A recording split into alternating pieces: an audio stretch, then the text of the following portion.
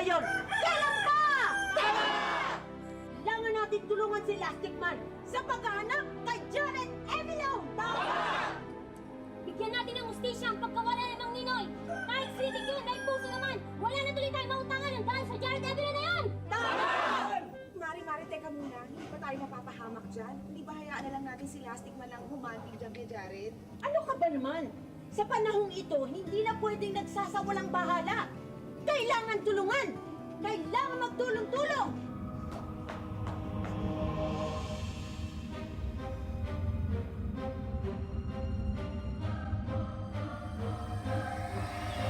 Yeah.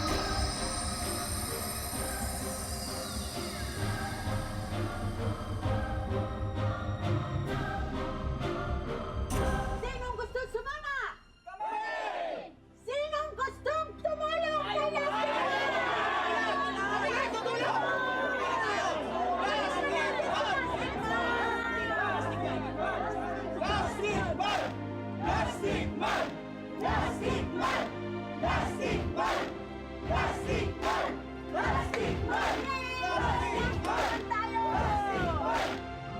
Baba mo yan. Alam ko dito sa liwata ng gagaling ang kapangyarihan mo. Itong ginamit mo para gumawa ng mga halimaw. Kung hindi mo to gagamitin sa mabuti, mabuti pang masira na ito!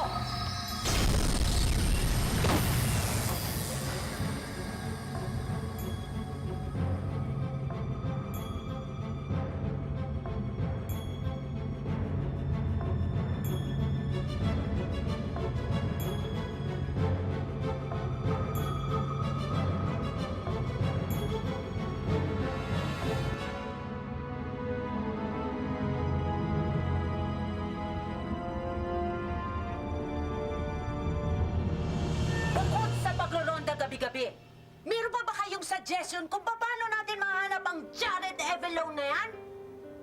Ano? Teka muna, Dolores. Hindi ba kasosyo mo sa negosyo si Jared Evilon? Eh, bakit ngayon kumokontra ka?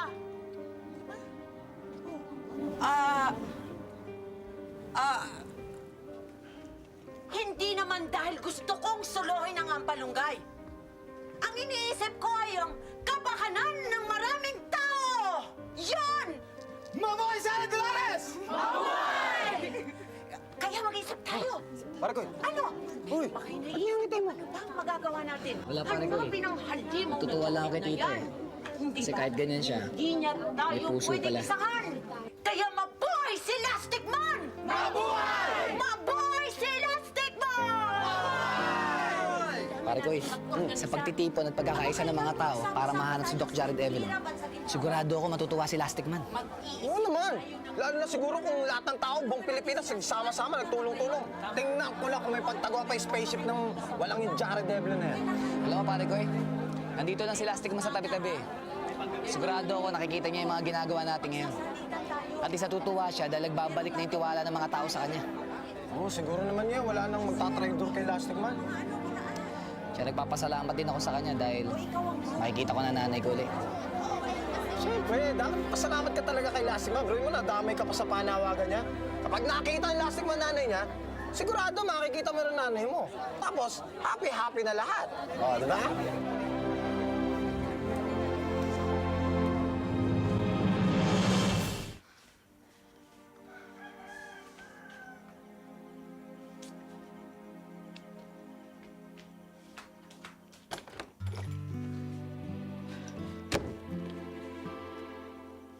Madonna! Ba't mo ko sinaraduhan ng pinto? Eh, nagugulat ka kasi. Tara, sama tayo dun sa mga tao sa labas. Tara, tara. Bakit? Ano ba kasing meron? Naghahanap sila kay Jared Evelyn. Halika na. Maghahanap? Bakit? Saan naman? Kala ko ba umalis na yung spaceship dun sa Navotas? Ewan ko, kaya nga sila naghahanap eh. Tara na.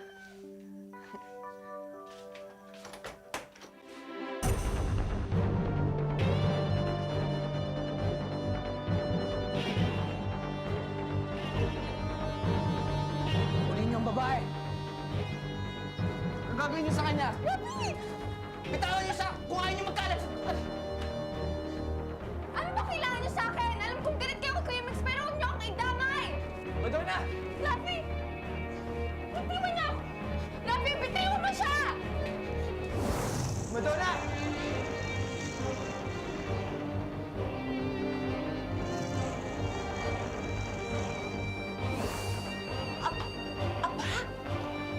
bisita tayo. Ano kailangan niyo sa amin? Kung gusto mo pa makita yung maingay na babaeng yan, sabihin mo kay Miguel, magkita kami sa tunuan ng bakal. Pwede ba? Si Miguel nasa labas. Puntahan niyo na lang. Hindi ko rin si Madonna! Basta! Sabihin nyo kay Miguel, siputin niya ako. Madonna!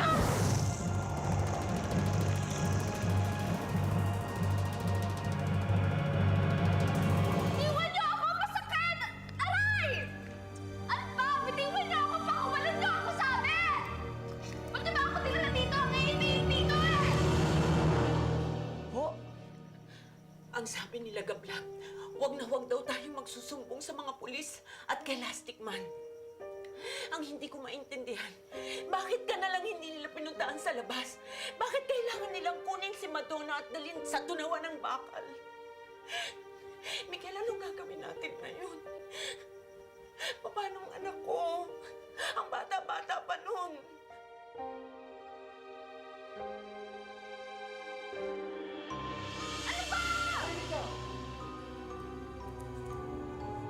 Talagang matalino si Dr. Evelon.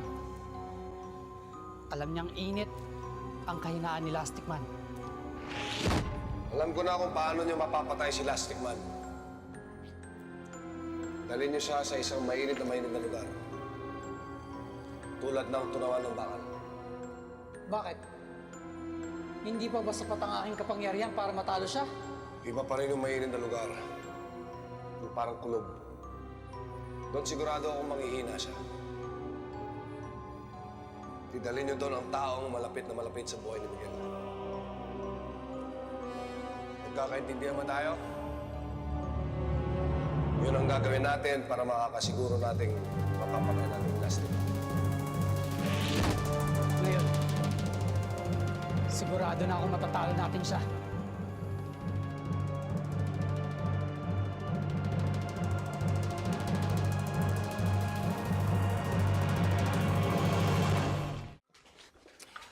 Miguel, saan ka pupunta? Pupuntahan ko po sila Gablab. Sasama ako sa'yo.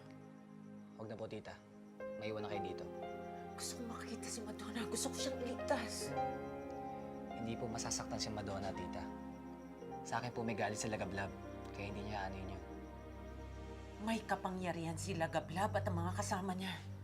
Wala kang kalaban-laban sa kanila. At paano mo ililigtas ang anak ko? Ililigtas ko po si Madonna. Gagawin ko po ang lahat. Kahit ang buhay ko ang kapalit.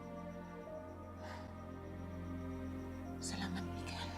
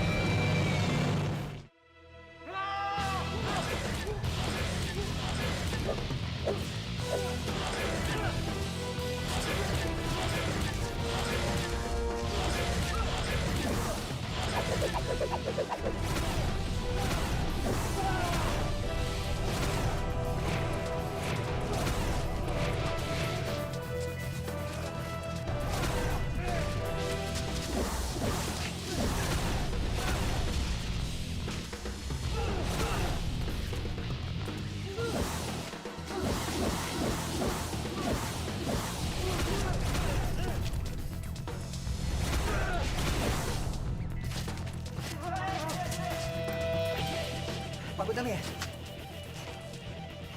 Push! Push! Go!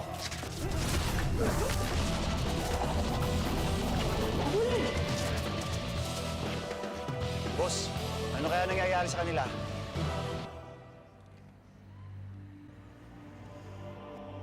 Wala Toto. Imposible lang mabuhay pa si Lastig Man kung susundin nila ang plano.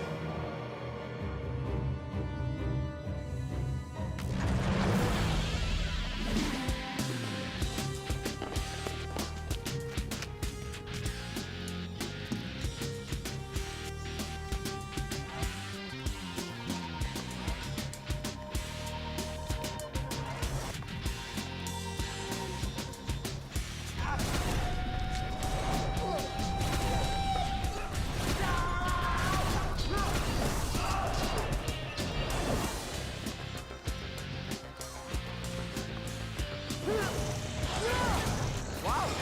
Dance step! Nasali kayo dance contest? Contest? Etong contest mo!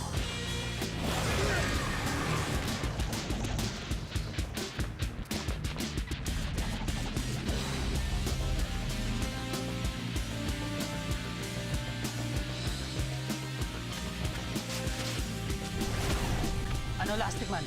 Suko ka na ba? Masyadong malakas ang pinagsanib ng puwersa. Kailangan silang paghiwa-hiwalayin.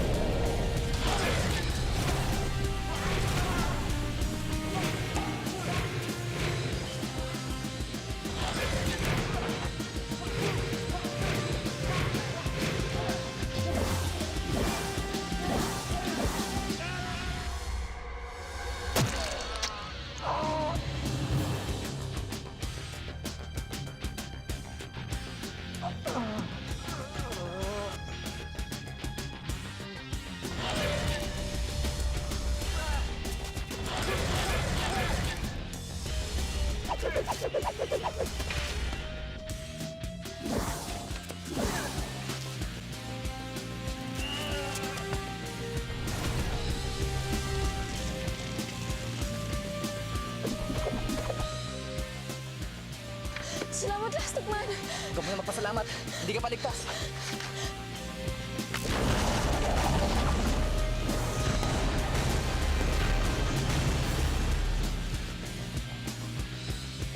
Don! Anong nangyari? Si Iboy, patay na.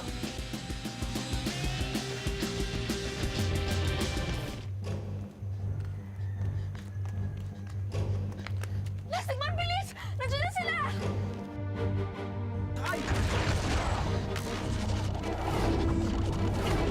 May mga katakas! Briggs! Dapat! Lastic Man, bilis! Hindi kayo mga katakas! Sige, Briggs! Tirahin mo! Bilisan mo, Lastic Man! Lastic Man, bilis!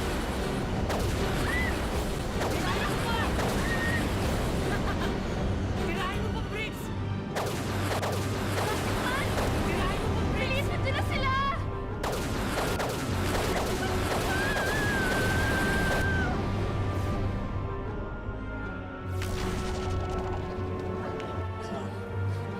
Diyos ko! Buhay pa ba ako? Okay ka na, Madonna? Okay lang. Tara, doon tayo sa loob.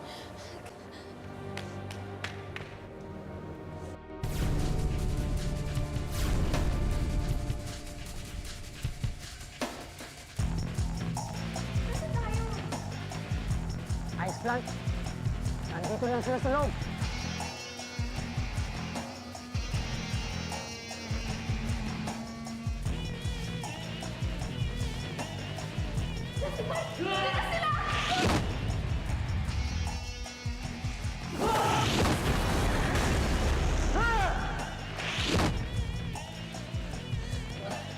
Mabuti ba dito ka muna? Mas safe ka rito. Lastic Man, kaya mo ba? Nilalamig ka. Kaya ko to. Bilisan mo ah!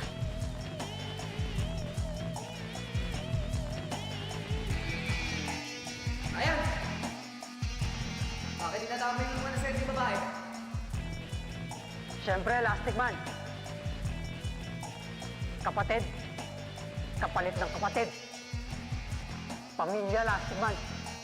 Pamilya! Ah!